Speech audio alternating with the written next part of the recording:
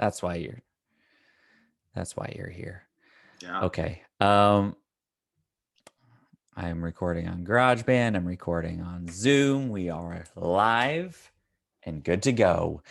So this is the No Boring Stories podcast. Of course, I am Alex Street, and this is the place where we have no room for boring stories. There is not a boring story to be told here, and I'm sure that my guest today, Dr. Aaron Hubbs, will make sure of that, and he will share his story. We're going to dive into it, and we're going to make clear how his story is really all of our story. So let's get into it. Aaron, how you doing? I'm doing great. Thanks for having Yeah. me. Glad to be No, here. it's a joy and a privilege. We have connected a little bit already, and had a great conversation where it was like, hey, let's get to know each other. And then whoops, look at that, an hour and a half went by. You're that kind of person that it makes it really easy to talk to. Mm. And I don't know what that is, but it's almost like you invite stories to be told to you. You invite people to like open up about their story. Is that something that like you do intentionally, or do you even know that that's what you do? I do know that's what I do, and it might be intentional when it needs to be, but I learned at a young age, I don't know what it is either, some Yeah. superpower that I've had since I was young, and I've used that in my career to help me work with people. But I How does just, that show up when you're young? Like what young, do you mean like 8 years old, 6, 14? Like I what do was you the mean? kid on the block kids would talk to about their problems. I was the guy on the soccer field. My buddies would come over and talk about the problems they were having at home or with their girlfriend. Yeah. I was just always that guy that could provide a container of sorts, a platform, or just Yeah. something that people felt open to come and talk to me about. And And did yeah, you love that? Were you like, yeah, look, people are coming to me like, oh, I'm getting all the goods? Or were you like super respectful? Like, again, like as a, young teen or whatever, what do you do when people just keep opening up to you? it's funny. I was just thinking about this the other day, and I've always had a level of respect for that. Mm, I've always appreciated, and back then I was kind of like the keeper of secrets. And yeah. as a doctor, I'm the keeper of people's secrets. People tell me things because they know it's sacred. They know that it's a binding contract, so to speak. But even at a Yeah. young age, I think I just respected that they were coming to me with some pretty personal and private information, and I've never been a Yeah. one to blab it.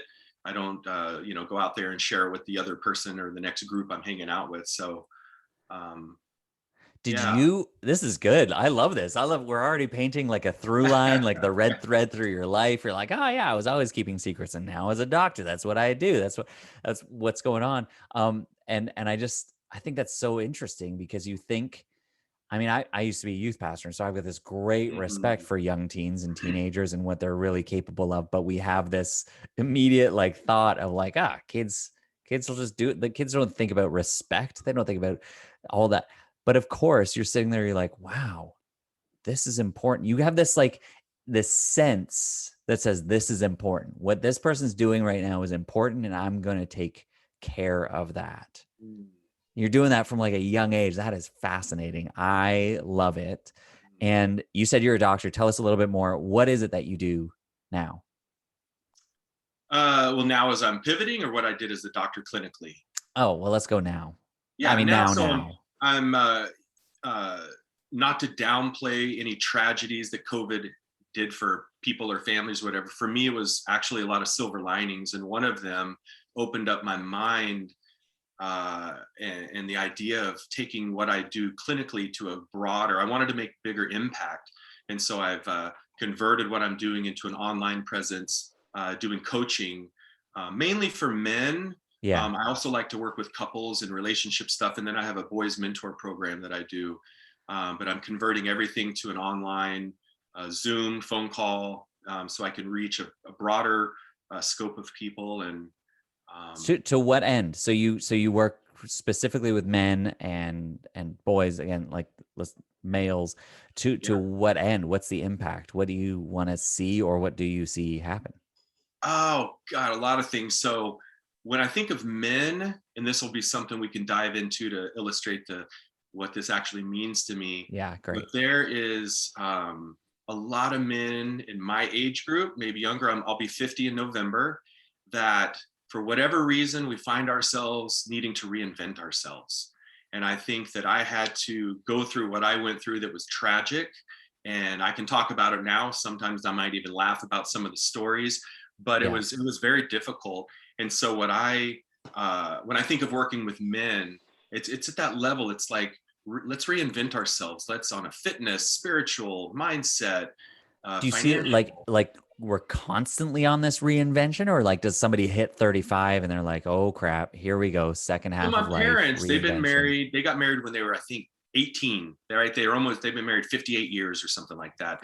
They have Crazy. always said you need to reinvent yourself every 10 years. Reinvent your job. Where does that come from? That's just I have like, no idea, but it's worked for them. And so they think that, if we get stagnant, if you get stuck in a rut, that'll lead you down roads, and they've kept their marriage fresh. I can say as their son, and they didn't pay me to say this, amazing relationship my entire life. They have reinvented, they've had to navigate a lot of things. yeah, And I think you reinvent your health, if your job, maybe you need a new career, reinvent yourself as a human being. I can't do the workouts I did when I was 18. I had to modify and reinvent. So I think on all levels, wow. but definitely somewhere in our 40s, maybe in our 50s, that could happen. But that's that time frame from my perspective. When I look across the men that I see in my life and that are showing up Hmm. to work with me, that's the age group somewhere. And I was 45, and that's Yeah, the proverbial midlife reset. right, And right, right. Well, that's what I was gonna go to. And are you familiar with Richard Rohr? sure. He's Yeah, so he's got this book. Uh, oh, shoot, what is it now? The second, Falling Upward, and uh, it's about the second half of life, right? It's about this first and second half, and somewhere along the way, wherever that hits, there's this first and second half, and that shift is what we would call the midlife crisis or some reset. Definitely not a crisis, right? It doesn't have to be a crisis by any means. It's this reinvention, it's this resetting. And he talks about really breaking out of, climbing out of this box that you were familiar with and climbing into something else, or just really climbing out and finding freedom and figuring out, what do I do now with the wisdom that I have gained in my first 20, 30, 40 years? What do I do with this? And it's really about turning around and finding this purpose to serve, to give, to share. And that seems like what it's like. Do you agree with that? Like, is that a lot of the reinvention, is like, it's not about me anymore? Mm. Well, I think when I was younger, my ability was to listen. I'm a very good listener, and Yeah. I think Well, yeah. I've just somehow have that ability to hold space and listen.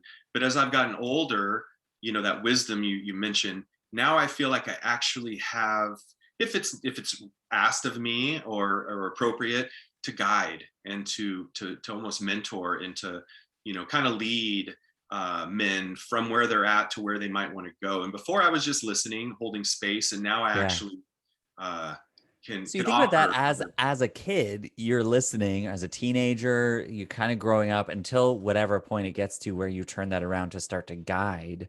There's this story that I see here of like absorbing, like, yeah, I'll listen and I'll be here and I'll hold safe space. But again, really trying to figure out, what is that?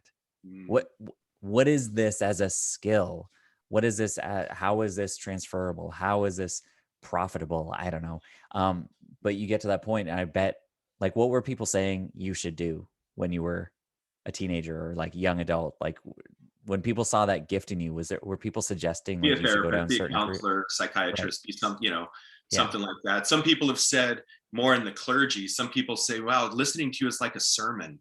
I feel Hmm. like you're telling me things I need to listen to. And I was a camp counselor, and Right. I liked being, I don't know if this is going to come off the right way, but I liked being a role model. I liked being in a Yeah. position to serve as a role model for younger kids or my peers. And not that I've always done it right. A lot of times I did it wrong, but I think, and that's a role model in itself of just showing some resilience for when we do go down paths that aren't maybe what we thought they were going to be. Oh, it's so interesting because like there seems to be like there's a bit of resistance as we get into this story, right? So what I'm doing here is just clarifying. We're kind of just talking in general, but we're also continually bouncing back and forth, ping-ponging between this old you, like who I was, and then coming back to how you're slightly different now. And you've drawn attention to that a lot of saying like, yeah, now I guide, then I just listened. And I wouldn't even say then slightly. I would say a lot differently. Yeah. right. Well, yeah. So the transformation it's up Yeah. to you to decide what that change is like. But there's this, um, it's fantastic because you say, I don't want this to come off the wrong way, but I want it to be a role model. And I think like, what do we need in this world, but more people who want to be role models? Because if you want to be a role model, you will act how you want others to act. And I Mm, think, I mean, wherever this goes, but man, is there too many people who are not feeling like there's consequence for their actions or like somebody might follow in their footsteps. And maybe there's people who know that people will follow in their footsteps and they're acting nefariously on purpose just for that. mhm. But we need more people who will consciously step up and say, I'm going to be a role model, especially to the generation younger than me. And Right. what that will require of me is what you've gone through and what you've experienced and tried to develop all your life, right? Yep. So what Yeah. did that require of you? As you stepped into that, you started to identify that and say, yeah, all right, this is what this is what I want to be. What does that demand of you? Well, it's interesting. Let me rewind really quick to interject a story that I think will illustrate exactly who I am for some reason. So imagine Brilliant. I'm in ninth grade, and I was 15 years old and just started experimenting with drinking. I think I smoked pot a couple times. I was hanging around some older kids, older friends, older high schoolers, and whatnot, and I was seeing what they were doing, and I was seeing they were using alcohol or these substances to escape from their problems, Mm-hmm. to suppress all of these issues. And I wasn't there yet, but I saw myself could be there someday, and it scared the bejesus out of me. So I'm a 15-year-old. I Yeah. sit my parents down, literally sit my parents down, and tell them, you guys have been great. You're trying to help me out. I have a lot of emotional problems right now. I don't know what's going on with me. You're doing your best. But my friend had gone to this rehab treatment center. So I told my parents, I said, I don't want to become that person who uses drugs or alcohol in a way that ruins my life, suppresses everything I'm going through. And I think I need help. So because of me sitting my parents down, half of my ninth grade year, not quite half, but 3 or 4 months was in rehab. I asked to go, and I didn't have a drug or alcohol problem, but I saw where I was going to go. So therefore, my life completely diverted. I've never had issues with drugs or alcohol, you know, and I mean, I missed my friends, I missed school, I missed all those things, but it changed my life. And I don't know why. What 15-year-old sits their parents down and says, hey, I don't have a problem yet, but I might have a problem later. So I mean that there's so many there's brain function that goes on there, right? I mean that's a developing like that the thing with teenagers is they can't see what's coming. They can't predict what's coming because the prefrontal cortex I saw isn't the actually fully misery in my developed. friends. I saw something that scared me. And I saw So me you and them. see that, yeah, that's it, right? It's that forethought. It's the ability to actually put yourself into that story is at what point did you recognize that this is an anomaly, that I am like, was it when you're like, mom, dad, we need to sit down and their jaws drop? Like, or was it 10 years later where you're like, that Oh wasn't, no, that wasn't normal? the joke was, so I'm adopted. I was adopted at a week old. So, and from that, the joke was always that I was born on a different planet. And I believe that because I've always, I felt different because I looked different than my family. There was some of those things, but Mhm. I don't know. There's just something that I vibed a little different, and sometimes that was actually a hard thing for me. and caused Sure. me a lot of separation and a lot of not feeling like I belonged. I would be in groups of people, and so I had those feelings of not Well, you've got this belonging. this moment, this rehab moment in ninth grade that is a very real like storytelling image that paints the picture of how you felt separated, felt different from everybody, where you're like, look, I see myself going down that way, and I know that like I'll do that, and I actually don't feel like I don't want that to be me. Um and I want to take control so that nobody else like there's and so you go to rehab, like you just picture like in a movie, right? There's almost they have to set up all these images Totally. to show to fast forward the feelings, the emotions that are actually going on, because you can't always talk about what's going on inside the character's head. And I Mhm. feel like that really paints a picture of you, what you're Mhm. saying there, not Mhm. belonging, not Mhm. knowing where you fit in. And so what do? You actually exclude yourself. You Mhm. ask to be like physically, emotionally um, excluded from the norm for a bit. Interesting. That's a great way to look at it. I hadn't thought of it like that. I mean, I don't know. I see the No, that story. There that might makes be somebody else who some sees the ways. clinical side of it, but that's Yeah. what happens as you come back from that? Well, And now what you're came into back 10th is I, grade. I I had acquired these superpowers because every day we're doing therapy. We're talking Oh about gosh. every Yeah. little inch of our lives, every little thing that's ever, so this was boot camp on a deep level, spiritually, Wow. psychologically, emotionally. And some of the things I saw within that and some of the stories I heard from my peers, the people that are around my age, I mean, I couldn't believe that some of these kids were already involved with some of the things they were doing. Some of them are court ordered. They were brought in by police to come to this Yeah. treatment center. And so what came from that is I spent the rest of my high school days. I got the memo. I Yeah. didn't party. I paid attention, did decent enough in school, did all the sports. Had normal things as like a teenager, but it really set the tone for me, and I felt that I was kind of in the zone and focused on my future, kind of got a grip on what I wanted to do in life. And What's that show? Scared Straight? Is that where they like they take I've kids to shown my juvie or kids something? Yeah. that. I just love Right. that you volunteered for it. Like, excuse me, I I'd like to. know. There's some. I mean, we can laugh about it, but there's something so self-aware in that that really does feel like an anomaly, especially for a 15-year-old. But there's 40-year-olds who are in that wouldn't be able to have that self-awareness to say, if I do this, it's going to lead to that. It's I better stop self-awareness, but doing Alex, this. also there's this other side where I couldn't understand what was going on inside of me. Mm, I think all boys that age, whether it's puberty, live yeah, peer pressure, yeah, all the things, it's a very, we're all feeling something. I just couldn't make sense of it. And here I am in this very loving, caring, kind, and gentle family and all the things going for me. And yet I just had this turmoil inside that I couldn't understand. yeah. And so that was also the driving force, is I really wanted to understand that and help heal some of that. And I saw my friend that had gone and come out, and he came out a different person. And Wow. so I kind of idolized that, or saw that, okay, if he can do that, or that's how much it helped him. And Yeah. I used him as an example when I was talking to my parents, and just said, I don't know if this is the right answer, but it seems like this might be helpful for me. My goodness. I mean, let's and celebrate them for saying yes, and as you say, loving, kind, gracious home. Obviously it is.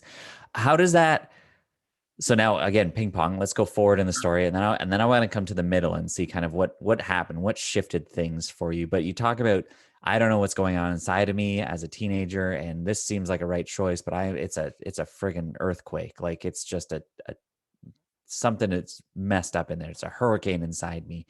Um, and I can't make sense of it. So now you're like, you say you have a boys mentorship Mhm. program, and again, working with men, coming alongside men. What similarities do you see in the stories that you're hearing and how you're working with people now, whether it's a man or it's a teenager, compared to how you felt back then? Yeah, so a couple things. One of the things I've learned to recognize is for some reason I am an anomaly in that I've always asked for help. And I see that a lot of the men I've worked with, that's a struggle. And so Yeah. and some of the teenagers that I work with is from the very get-go, I say, this is a safe space. This is confidential. Anything you say to me, unless you and I talk about it, or it is something so necessary for me to share with your parents, it's between you and I. And I also turn it the other way and say, I'm going to share some of my life stories with you. And I would ask that what I share with you is also confidential. And so that offers this interesting thing that I felt, back then in different counseling settings that I've had, is just that kind of connection with another human being that I think a lot of boys and men, I couldn't talk to my parents this way. They were part of the problem. And even though they were great, wonderful people, but at that age, they were part of the problem I was dealing with. And so I think that stigma or inability for boys and men to ask for help is part of why I want to be there, and I want to support, that pivot right there, that crossroads where I can offer that. And just the feeling of being lost. Teenagers, we feel lost, and a lot of men my age, I hear 60-year-olds tell me that they don't feel whole. They don't, they feel lost, and they're in their 60s, right? And so What this is is that not an lost? age What's the thing. lostness about? What are they looking for and unable to find? This particular one, it might be different for everyone. This one, he is not fulfilled in his job. He doesn't feel like he's been happily married for 20 something years, so his marriage is feeling good. It's his second marriage, and but purpose, passion, health, and just this feeling of wholeness that he described of just he's not at peace with himself. And I think the treatment center and on through my late teens, 20s, is that's what I was able to gain, is peace, a comfortableness within myself that I never had earlier. And so that was something that I never took for granted. And it's interesting. And then in my 40s, when I got my world rocked a little bit, I realized now that I'm, 3 or 4 years out of kind of mending a lot of that. Now, even I thought I was comfortable with myself before, but the authenticity now, the way I show up within my own heart. Well, and this is the beauty of the story, right? So two thoughts on this. One, this is the universality of our stories, where you're talking about going from, lost to peaceful. And that's a story that a 16-year-old guy, girl is living right now, wants to be on that journey, might find themselves lost and desperately wants peace. So how can you bring them there? But it's also a story that a 60-year-old man can find himself in. It's also a story that a 35-year-old woman could find. Whatever that those words, those feelings are so universal, no matter what happens. And then the second thought I had was that you saying how, I experienced that kind of in my late teens and 20s, this shift, this transformation that showed up again 20 years later. We're like, whoa, the same transformation. I don't know what's going on. My world is rocked. I'm lost. And somehow through that, you've found peace again. So that's the beauty of the story. I think when we lock in with like, oh, that's the transformation I've been in, you start to see it show up again and again and again. And it's not one time thing. It's just one consistent. It's not that it happened once. It's that it happened consistently through your story, right? Mine is from confused to clear constantly. That journey, even today, I'll tell you, today I felt confused and had a good coaching call and found more clarity after it. Like it's this constant transformation that we're on. And here you are. I would say, I agree. You're an incredibly peaceful presence sitting on the other side of this Zoom call and this podcast. And I think our listeners would agree that you do start speaking. And I think that's probably to the clergy, comment is you sound peaceful. You've discovered something. And if there's something that I think that spirituality and the great big story can bring us, may it be peace. And so if you can bring that simply by opening your mouth, my goodness. Right. Doctor, give us more. Yeah. Well, I appreciate those kind words. So what, if that's the universal story, that sort of, from and to, that's the thing that anybody can find themselves in. But then you fill that in with, and you mentioned it, when your world got rocked, there's these moments that tip the scales.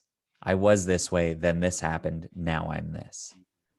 What, bring us in a little bit, however you want, to any given moment, whatever it is, to what is it? What was the kind of the hinge moment, the turning point that really opened your eyes to see Yeah.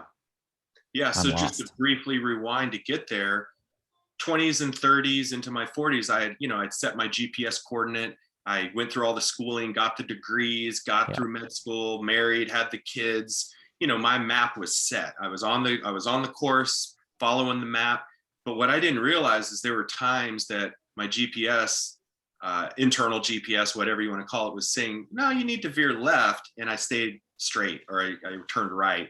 What And does now that look like? I mean, very like, is that like, oh, this is a good job interview or a good job oh like you no, should it go over looked there? What like does that look? my marriage was starting to grow distance. Okay. I was starting to be complacent. I was starting to things like that. I wasn't paying as close awareness to things because I was so focused maybe on other things that I failed to notice certain things that were obvious, but So I didn't. GPS, as you're saying, was saying, hey, you should probably pay attention to Yeah, this. wake, Maybe you open up should, your eyes. You're not on the yeah, right. Yeah, book a you're. date night, this, and you're like, nah, that's fine. We'll get through it. Yeah. Okay. Yeah. And so, and I think a lot of people find themselves in that place where, they may not even be aware of it, or they are, but for whatever Mm-hmm. reason, we just stay the course. We think, oh, once our kids are grown, or once this happens, once that happens. And so for me, and, I'm going to tiptoe lightly through some of this, because when I share stories about myself in these ways, I'm sharing stories about somebody else Yep. as well. So obviously Yep. I have a lot of respect and honor for that. But a lot of what the symptoms of the illness showed up as betrayal, Yeah. affairs, Yeah. distance, a lot of that kind of stuff. My clinical world and financial world was upheaval for different reasons. So I found myself uh, almost coming to out of this days that I was in this complacency that I was into my early 40s, and into, Mm. busy with the kids and just so much going on that I wasn't paying the attention. So when I woke up to the reality at 45, just having to deal with all of this hurt and my core wounds being adopted, it sounds cliche, but it's real: rejection, Sure. abandonment, Yeah. those kind of things were coming full frontal into my world. So there was probably 9 months of my 45th year, the darkest tunnel I've ever been in my life. And, Mm. for instance, I've never been an anxious person more than get up in front of public speaking. And I've been a musician my whole life. So getting up on stage or playing music, I get the butterflies, but I love that world. Yep. Oh God, I love it. Yes. When my patients would talk about anxiety, I knew what to ask. I knew what to write down on their chart notes or whatever, but I couldn't relate. So Yeah. during this time, the worst anxiety I'd ever imagined, panic attacks. I could be talking to you, or the room would go dark, that kind of Wow. feeling. And now Yeah. I fully understand when people talk about panic attacks, Yeah. fully understand that.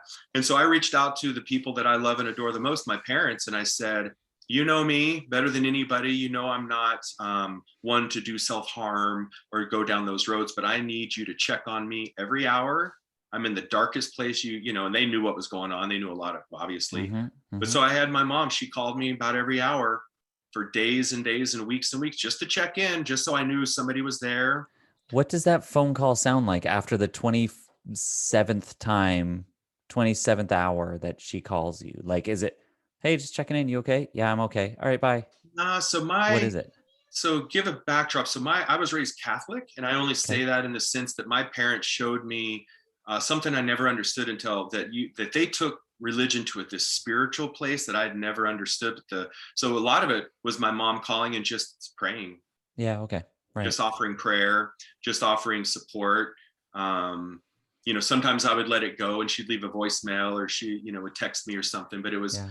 it was just those check-ins, and they were really worried. But through that entire thing, and this is another anomaly for me, is that I can almost always sink into a place of gratitude. And I say that in the sense that, when I would pray, I would say, this is the worst thing I'm going through, but I Mm-hmm. know I'm going to be okay. I know Mm-hmm. that I didn't see a light at the end of the tunnel. I knew there was one eventually. And so that kept me, I think, from going down roads that I could never return from. It might be permanent, or, Yeah. that kind of thing. And so I just thought something big is happening for me, even though this is terrible. I'm broke. I mean, there How was, do you believe that when you're in that darkness? What is that I just glimmer think of it was hope? Who's instilled in me saying as a that? young What's person. I just think that the way that in my religion or my faith, my spirituality looks very different than my parents, and probably different than most listeners or most people. And it's personal to me, but there's something very strong in it. There's something very, yeah. that, my mom used to say, you're never given more than you can handle. And I Yeah. just sit with that. And so for me, I mean, there were times I was in so much pain and misery, I couldn't stand to take any more. And I thought, I can't go on like this. But I also have a phrase I say to myself, Aaron, this is temporary. Everything is Mm. temporary. And I still say that today when hard times come. Very few things are permanent.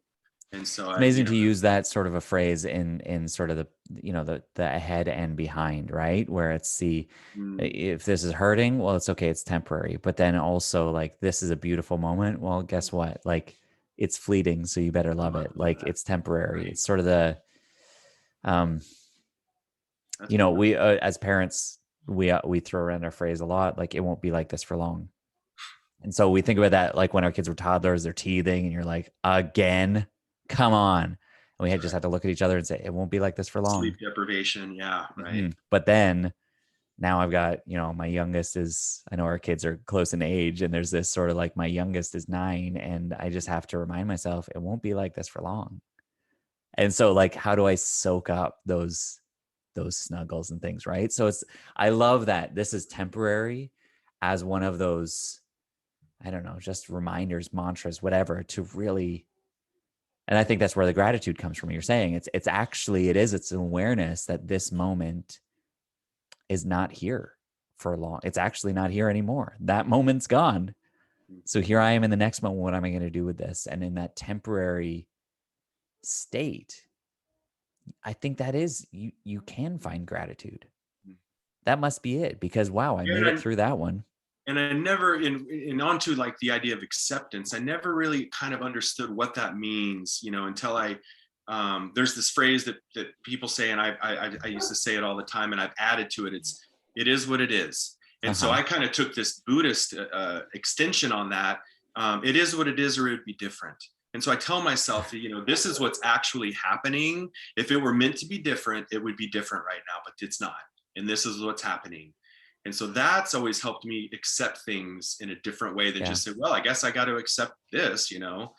But if it were meant to be different, it'd be different. And That it's was not. actually, I mean, to go right into that. That was the hardest time of my life was when my mom passed away. And that was it. That was something shifted when I started to think like that, to think like what I, there's nothing I can do about it. It just, this is what it is. This is part of life. It's not enjoyable, but this is what it is. Or it would be different. It's tricky when people are praying for you and praying for healing, and you're sort of there going like, look, you can pray for whatever you want, but like, this is what it is. And I'm here and actually trying to be as present as possible in this moment instead of wishing for something different.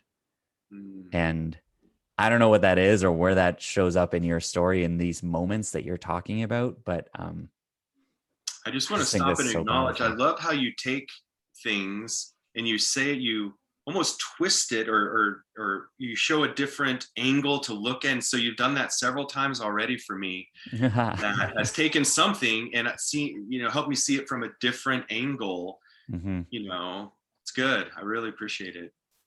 That's Um, fun. I mean, because this is what I received that. Thank you. And what I want to draw attention to in the way that you just shared that part of your story is so incredible, because you said, I want to be careful about this, because I want to be sensitive, because this involves, somebody else, and anything that I say, uh, infers that somebody else was involved and may have done something or whatever. So as you go into that, that's the thing. A lot of us are actually holding back on sharing significant parts of our stories because of that.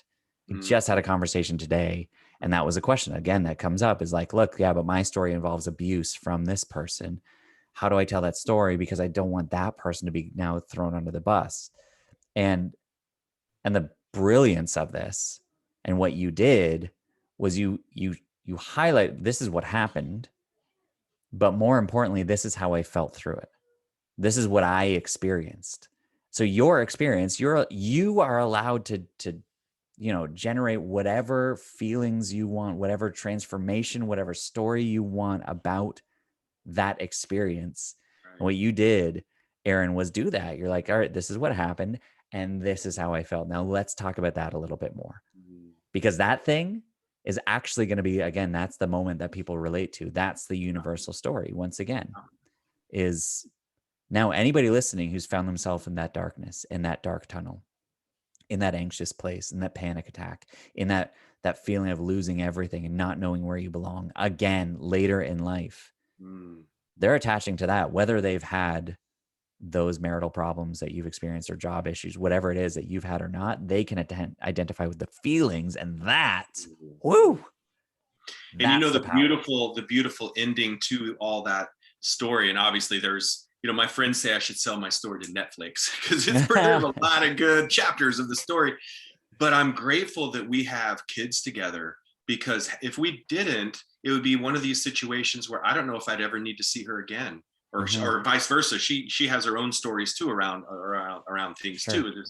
Takes both of us. But because we have children together, it forced us to heal in a way that I never would have appreciated what really happened, why it happened, because I never would have been given the opportunity to work through the pain. And Yeah. so for the first year to 2 years after our divorce, her name wasn't her name in my phone, because every time she called, I would get, that triggered feeling.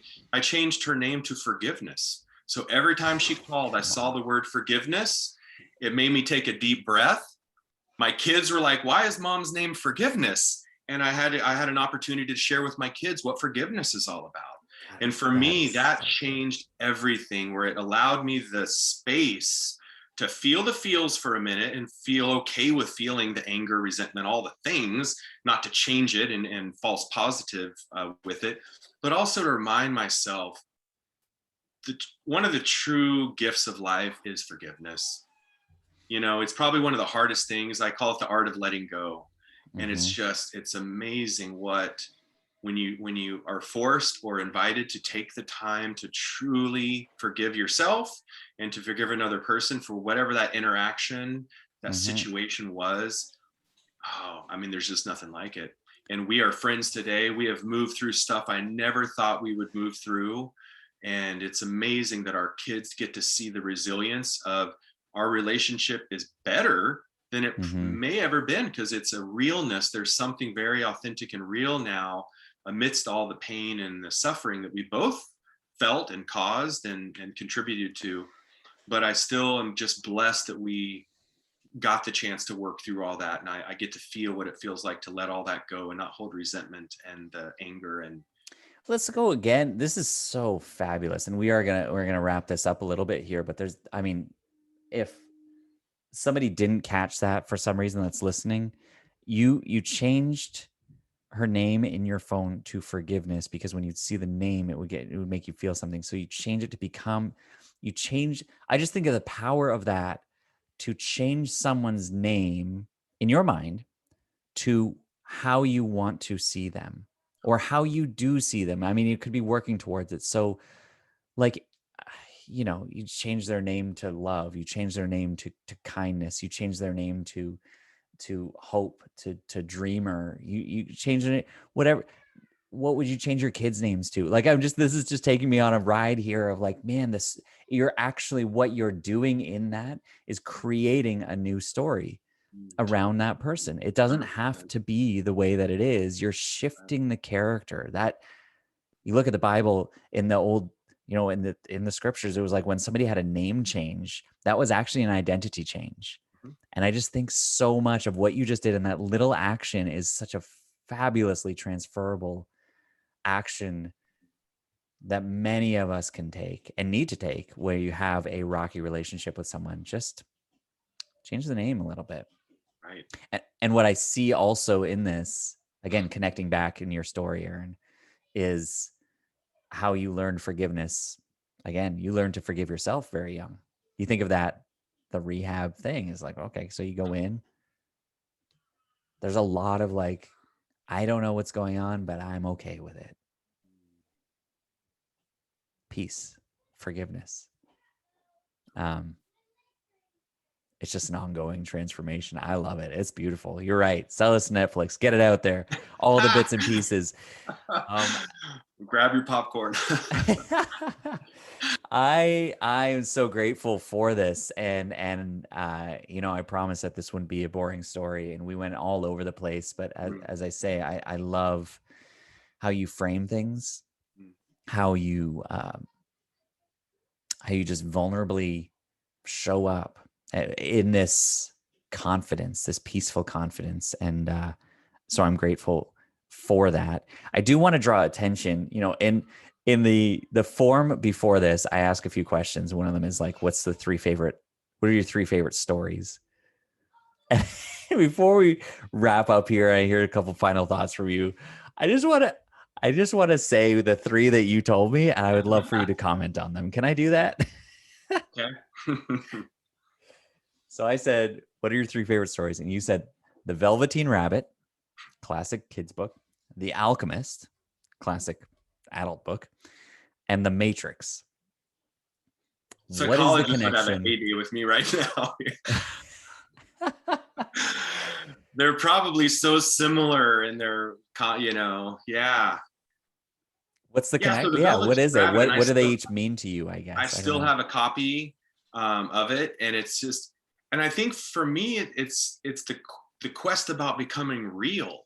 And I think, the Velveteen Rabbit obviously was the story of the doll and missing eyes and all the things, but it was the realness. The alchemist on the search for treasures and on the search for so many different things. Yep. And what they, discovered was something so much more valuable.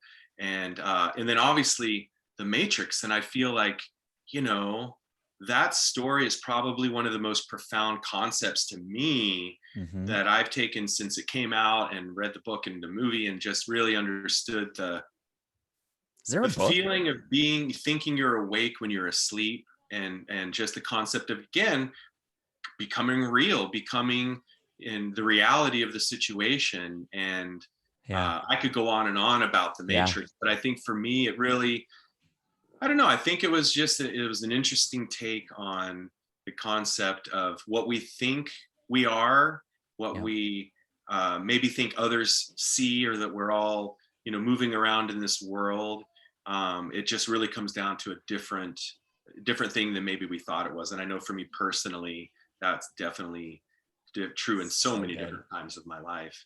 Well, I mean, that's why it was so popular. Yes, it blew our minds with what they could do, but you're right. It's a story of actually waking up and, I mean, reinvention, right? So I think, yeah, there's no doubt. It's super clear to me why you connect with those after hearing your story today.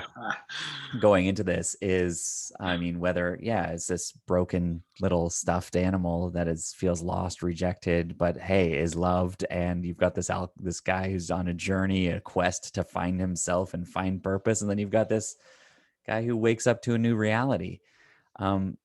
I I just, don't think I need to call my therapist this week. I think I'm good. Thanks, Alex. Wow, this is very helpful. this is so fun for me, and I think that more people need to like just give it a shot, right? Just ask the question, like, what's the connection there, and play with it. Like that's what we get the ability to do, and when you do, maybe some gold shows up like that. But Well, that's I also a gift you have. And when we had our call and we talked around some things when we first had our interaction, I knew that yeah, about you. So part of it is, just us stepping forward and being in the moment. But you have an interesting gift that I want to keep acknowledging. And I think it's beautiful because you're starting to really know that about yourself. And I can see your own transformation in what you're bringing forth.